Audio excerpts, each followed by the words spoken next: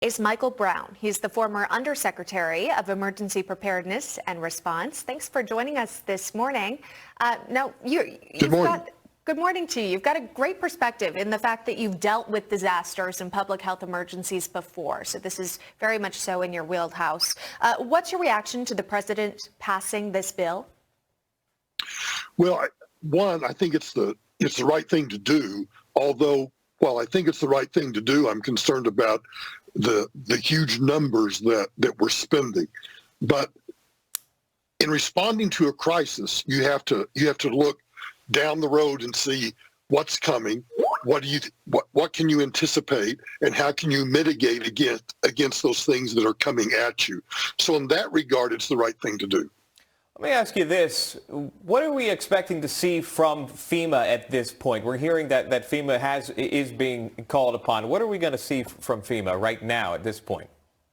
Well, there are two things that FEMA is going to do, and it's actually the same thing that FEMA would do and that we did in 9/11 or Hurricane Katrina or any other disaster that we responded to.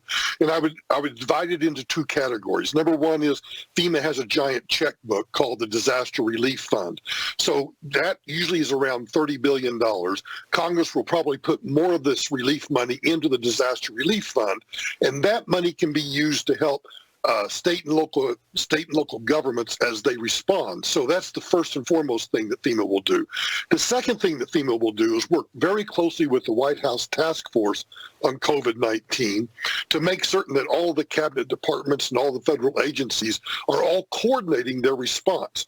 So they act like an orchestra conductor, making certain that, if there's any policy conflicts, that they can get those cabinet secretaries or deputy secretaries together, deconflict those conflicts, make certain that the policies that are being established by the White House task force are actually being carried out in the different departments and agencies. So in that respect, they act like a checkbook and they act like a coordinator. So, Michael, I want to ask you, how's this going to look? Are we going to see more active military members on the streets? How are we going to make sure that these plans actually go into place?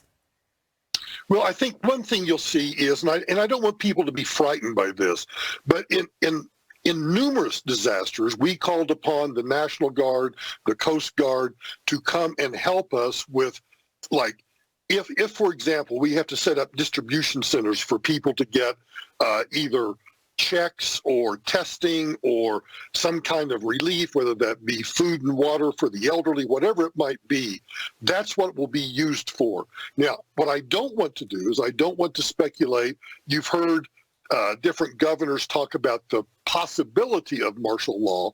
I don't think we're there yet, and I would encourage those governors not to talk in those terms right now, because while the general public is trying to adjust to this new normal of social distancing, restaurants not being open, schools closed for the rest of the year, people are already tense enough. So I would encourage these governors to quit using that term, because if we do use the National Guard for distribution and just out helping people get things done, that's perfectly fine. That's perfectly normal in a disaster.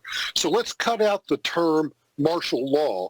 Let's quit telegraphing that term, and let's focus on what the National Guard would actually be doing right now. All right, that is Michael Brown, former Undersecretary of Emergency Preparedness and Response. Thank you very much for your time, sir.